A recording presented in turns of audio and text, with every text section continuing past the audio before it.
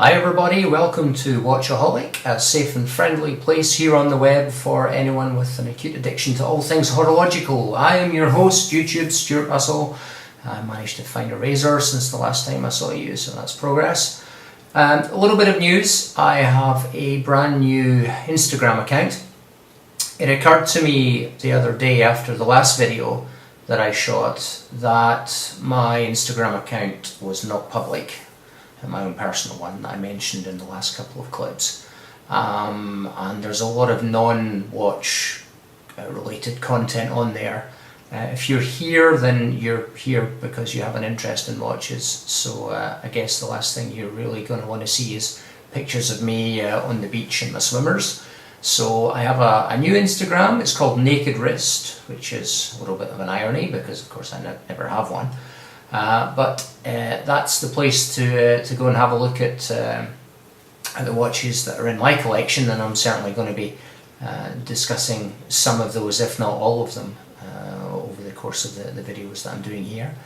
So if you want to connect with me on there, Naked Wrist, that is the place to go. In this video I'd like to take you through the anatomy of a watch.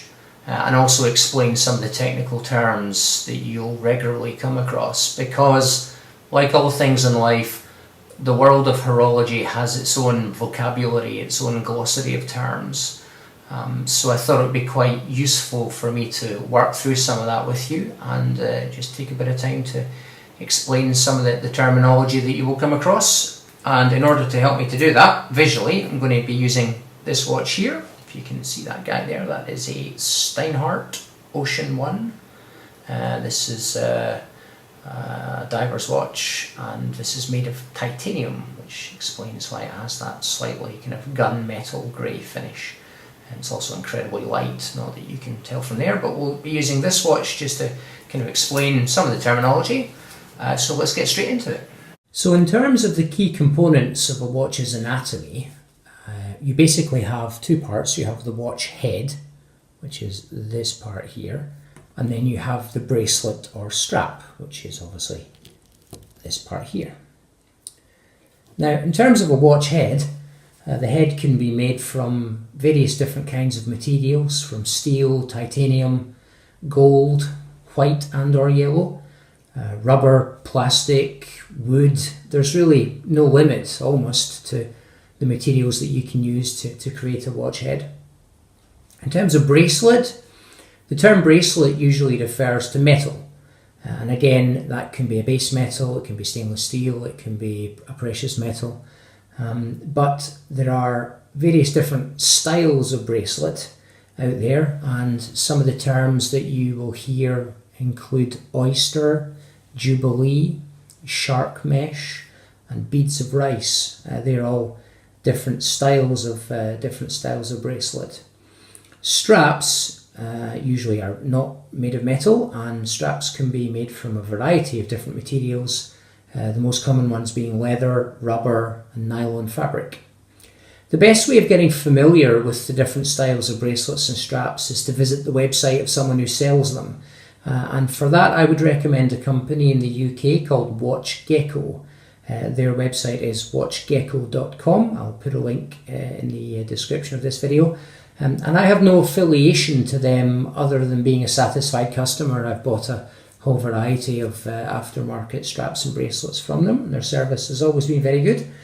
But they have a huge variety on their website, and a little bit of time on there will very quickly help you to get to know your NATO from your isoframe. In terms of the watch head, then we have several different elements here. We have the main case, which is the bulk of this part here, main case of the watch. And then we have the crown, which is this part here on the side of the watch. Then you have the bezel, which is this round part that you can see that just sits on top of the case. And then you have the crystal, which obviously covers the dial, and then in behind that you have the dial. These parts here, where the case of the watch attaches onto the bracelet on either side, these parts are called lugs. They're called the watch lugs. Now the case back on this watch is what they call a display case back. It means that part of it is made from sapphire crystal, so that you can see through the back of the watch and into the movement. Generally you'll find that the case back on most watches is just solid metal. It's just a solid metal piece, but this one is a display case back, and you can see the little grooves around the case back here, which is where you would use a tool to get into the movement. In terms of the dial, let me just flip this back round for you here. So in terms of the dial, you obviously have hour hands, minute hands, you have a blue second hand here on this watch, and you have the date aperture there at the bottom where you can see the day of the month. Now, in terms of the hours, you'll often see these as Roman or Arabic numerals. Here on this watch, they're just round dots, which are called plots. And these plots have been coated with a particular material called superluminova, which absorbs light and then reflects it back when there's very little or no ambient light. And that's pretty common with dive watches for obvious reasons. And you'll occasionally hear people talking about a watch's lume. When they do that, they're just referring to how well the watch glows in the dark, basically.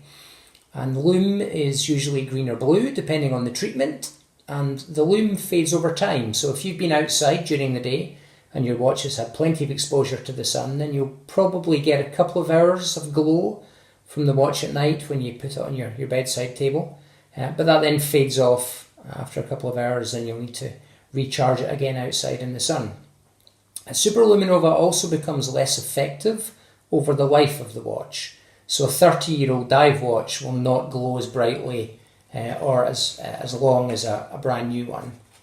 You can get plots recoated in the future if you want to. That's usually something that brands offer when you have your watch serviced.